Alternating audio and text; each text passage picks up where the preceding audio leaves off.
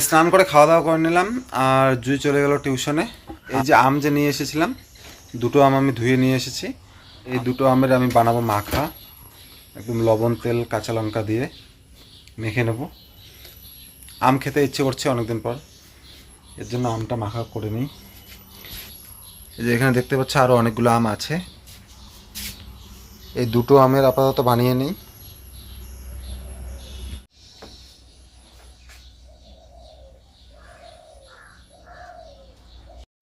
Hello বন্ধুরা, তোমরা সবাই কেমন আছো? আশা করি সবাই ভালো আছো, সুস্থ আছো।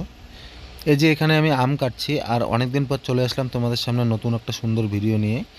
তো এতটা গরম পড়েছে আর এই গরমে আমের মাখা খেতে একদম দারুণ লাগে।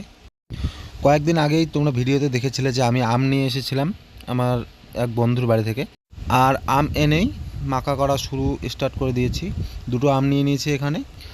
আর এবছর ঝড় হওয়াতে যেহেতু আম নেই বললেই চলে, এই যে আম দুটোর খোসা ছাড়িয়ে নিলাম। দেখতেই পাচ্ছ আম প্রায় পেকেই যাচ্ছে, আর কিছুদিন গেলে পেকেই যেত। আর খোসাগুলো এখানে ফেলে দিয়েছি। এই যে দুটো আম, এই জায়গাটা আরও কেটে নিতে হবে একটু।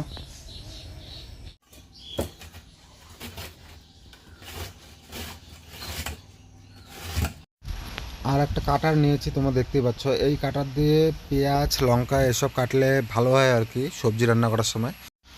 আর আমি এই কাটারটা দিয়ে যেহেতু আম কেটে নিচ্ছি, এই জন্য আমটা একদম ঝুড়ি ঝুড়ি হয়ে যাচ্ছে। একটা বড় কাটার ছিল আগে, কিন্তু এখন নেই, নষ্ট হয়ে গিয়েছে। আর ওটা দিয়ে বেশি ভালো হতো, যেহেতু নেই এর জন্য আমি এই কাটারটা দিয়েই কেটে নিচ্ছি।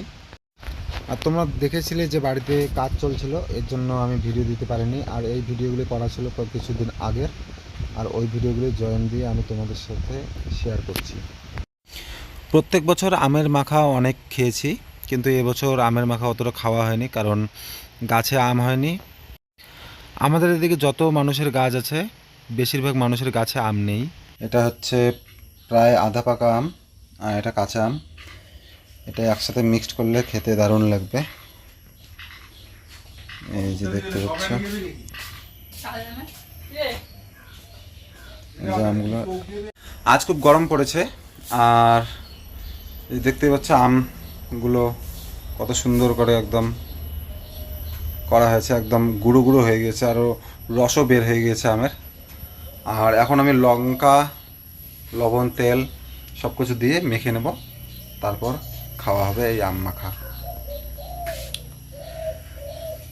কারণ টেস্টি হবে, কারণ একটা যেহেতু আধা পাকা আম আছে আর একটা কাঁচা আম আছে, দুটো মিক্সড হলে একটার মিষ্টি একটা টক, দুটো মিক্সড হয়ে যাবে আর ভালো লাগবে খেতে। তো এখন আমি মেখে নেব এটাকে।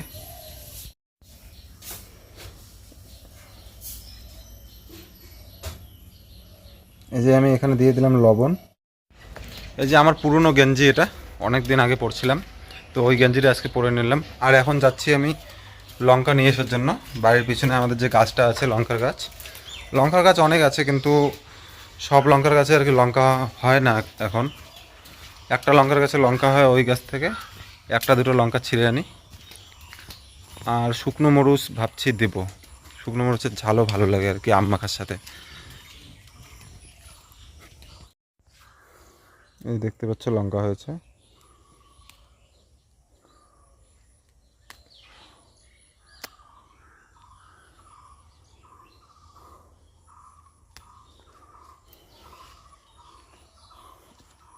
এই যে তিনটে লঙ্কা নিয়ে নিলাম,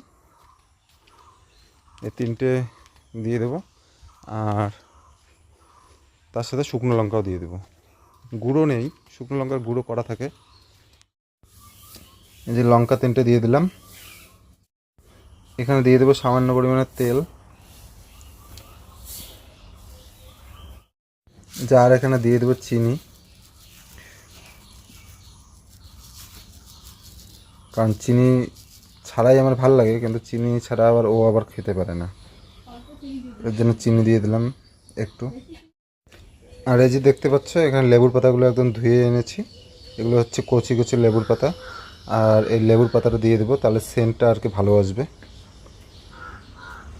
এগুলো ছিঁড়ে দিতে হবে, এগুলো আপাতত দিয়ে দিচ্ছি এখানে। আর আমি একটু শুকনো লঙ্কার গুঁড়ো আর কাসন্ড নিয়ে আসতে বললাম বৌদিদের বাড়ি থেকে। এই যে এখানে দিয়ে দিয়েছে লঙ্কার গুঁড়া, আর এখানে কাসন্দ দিয়ে দিয়েছি। আর এখন আমি এটাকে মেখে নেব সুন্দর করে। আমের মাখাতে লেবু পাতা দিলে এত সুন্দর সেন্ট হয় যে কি বলবো আর।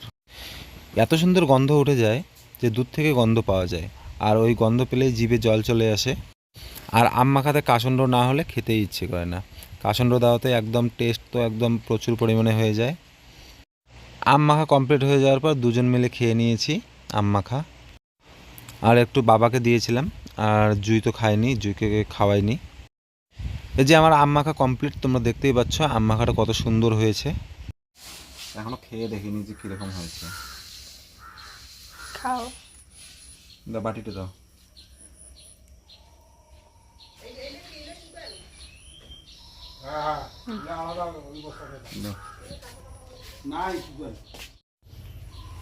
এই বাবা আম্মা খা নাও।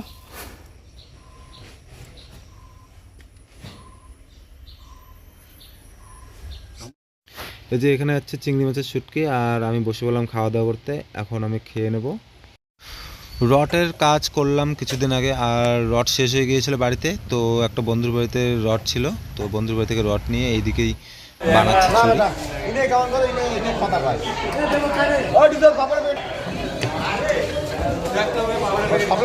চুরি।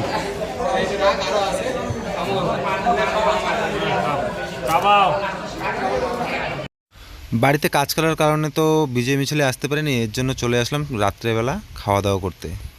আর এখানে বন্ধুদের সাথে বসে পড়েছি খাওয়ার টেবিলে। তো বন্ধুরা এই যে সকাল সকাল শুরু করে দিয়েছে কাজ। মোবাইলটা হ্যাং মারে নাকি, আটকে আটকে যায়।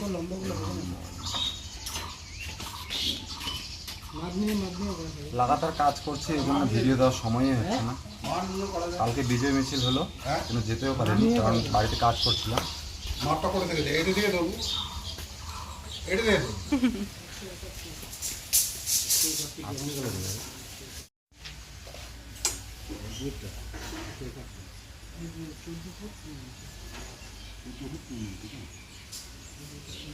জুইকে স্কুলে রেখে আসলাম, আর স্কুলে রেখে ওইদিকে মাছ নিয়ে চলে আসলাম বাড়িতে। ও এখন পুজো দিয়ে তারপর রান্না করবে। আর আজকে যেহেতু শনিবার, আজকে তাড়াতাড়ি যেতে হবে স্কুলে, স্কুল তাড়াতাড়ি ছুটি হয়ে যাবে। কয়েকদিন ধরে ভিডিও দিতে পারিনি, কারণ তোমরা জানোই যে কাজ চলছিল আমাদের বাড়িতে, আর কাজে খুব ব্যস্ত ছিলাম। এর জন্য না ভিডিও করা হয়েছে, না ভিডিও দেওয়া হয়েছে। তো আজকে থেকে আবার ভিডিও দেওয়া স্টার্ট, প্রত্যেক দিন ভিডিও আসবে আমার। তো বন্ধুরা আজকের ভিডিওটা এই পর্যন্ত, আবার দেখা হচ্ছে আগামীকাল নতুন এক সুন্দর ভিডিওর সাথে। তোমরা সবাই ভালো থেকো, সুস্থ থেকো, সবার জন্য রইল অনেক অনেক ভালোবাসা। আর যারা যারা আমার চ্যানেলে একদম নতুন, তারা প্লিজ চ্যানেলটিকে সাবস্ক্রাইব করে দিও।